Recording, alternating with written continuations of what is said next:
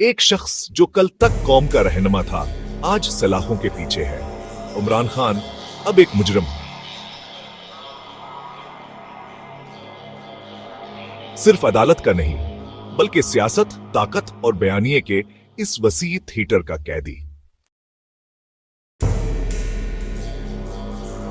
एक तरफ इंसदाद दहशतगर्दी अदालतें और उनके तेज फैसले, दूसरी तरफ फौज का वो साया जो कभी साथ था आज गालिब दिखाई देता है।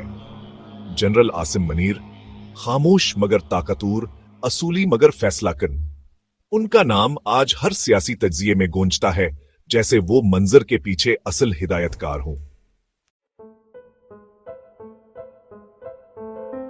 इधर अदालतें हैं जो सवालात की जद में हैं, क्या फैसले कानून के तहत हो रहे हैं या सियासी हिदायत के तहत। साइफर केस से लेकर दहशतगर्दी के इल्जामात तक हर सजा सियासी इंजीनियरिंग की एक नई परत खोलती है।